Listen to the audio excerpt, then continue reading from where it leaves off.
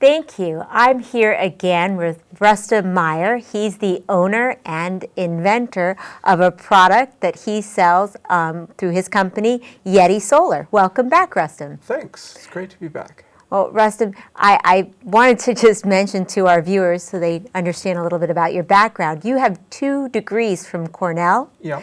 And you're also a professional engineer. Mm-hmm. License. So what gave you the idea that you wanted to start a solar company? What was the motivation? Well, basically I wanted to make a difference. In doing so, in a capitalist society, you all have to also make money. So you came up with a great idea. So I came up with an idea that would solve a problem for people, basically. Something that people would want. And certainly the way you brought some pictures of your work and your product, and I want to talk about those pictures when they come up, because they're going to illustrate what it looks like to have a solar light in your house. Yep. And a solar panel on the outside of your house. Just as we kind of move in the direction of being more sustainable. Yeah. And wanting to manage our energy, nationally, but also individually. Right. Tell me a little bit about what motivates a person to get a solar panel and solar light in their house. Okay, so the advantages are, first of all, that it doesn't have a power bill, right? So if you're going to go get a new fixture, you can get one that's going to cost you something every month to operate from here on out, or you can get one that's not, that's powered by the sun. The next thing then is reliability, because it's got 2 days worth of use stored in the battery, where you're using it, say, for 4 hours a day on the high mode or 8 hours a day on the low mode.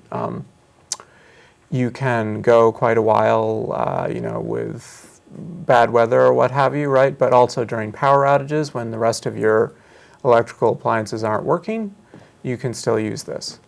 It's so funny. My husband likes to leave the lights on in the house. Mm-hmm. He turns them on when they're still, and I always yell at him. I'm like, shut off the lights, shut off the lights. Right. So he could keep this little light on almost all day, right? I mean, yeah, it's just going to recharge again tomorrow, so there's not really a big downside to doing that. And then the other thing is, how many times have we been without power, either because of a storm or because of high demand? And of course, anything could cause our power to go down. In Arlington, this is a way to make sure that you can, still feel safe in your home, because light's a big part of safety. Yeah, so the difference between having no power and having a little bit of power is a big one, right? So there's someone who got one of these for his elderly mother because she had to light candles during power outages, and that's something that could be dangerous, could start fires. But with this light fixture, she could just switch it on like a regular light. And we talked about this last time a little bit, but again, this is something that anybody could install after 2 hours, you said. They could install it themselves. Is this an example of your light kit? Right. So this is one of mine, and this is a cabin that somebody's got, and this is the solar panel on the outside, and the light fixtures on the inside lighting up that cabin. Okay. Next picture, please. This is a research station in the Amazon. They obviously do not have a connection to the power grid. Wow, you've got customers everywhere. And this is an installation here that's just in someone's living room, but it's got a different style to the fixture. Oh, so note to all kinds of interior decorators that they could get custom lighting in a home that's solar powered. Yeah.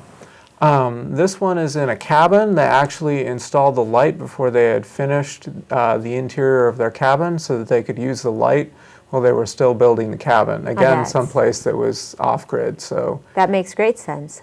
Look at that. Yep, those are veneer lights. So the light is shining through a very, very thin layer of wood. It's like Italian. It's so Renaissance, I love it. That's another cabin photo. It's just in someone's kitchen, in their cabin, lighting up their kitchen. Okay, practical. And, yep, and that's in someone's living room, so they've got that there. And What about this one? That's a chicken coop. That's a chicken coop on wheels, actually, so that they can keep moving it around, and their chickens have fresh places. But obviously, wiring that up would be pretty difficult, and so they have the light there if they need to go into the chicken coop. And also, it extends the daylight hours, so during the wintertime, chickens will lay more less eggs. Yeah. I heard that. I Yeah. heard that. And actually, I'm in a better mood when I have lighting, even on dark days. Yeah. So that's and what's really important is that this is sustainable energy. And in Yeah. the future, as we continue to talk about energy, I know that's a concern of yours. That, well, you know what? How about we just get people to get in touch with you, and Okay. they can reach you at YetiSolar.com. Through your website. They can take a look at your light kits, and they might be able to figure out how they would be able to install this in their own home. Yep. Okay, here in Arlington. Sure. Or anywhere. Okay, thanks so much for talking to me, Rustom. I really do appreciate your work. It's very sustainable. Thanks. And I want to thank you for watching The Sustainable Scoop. I'm Miriam Gennari. Back to the news desk.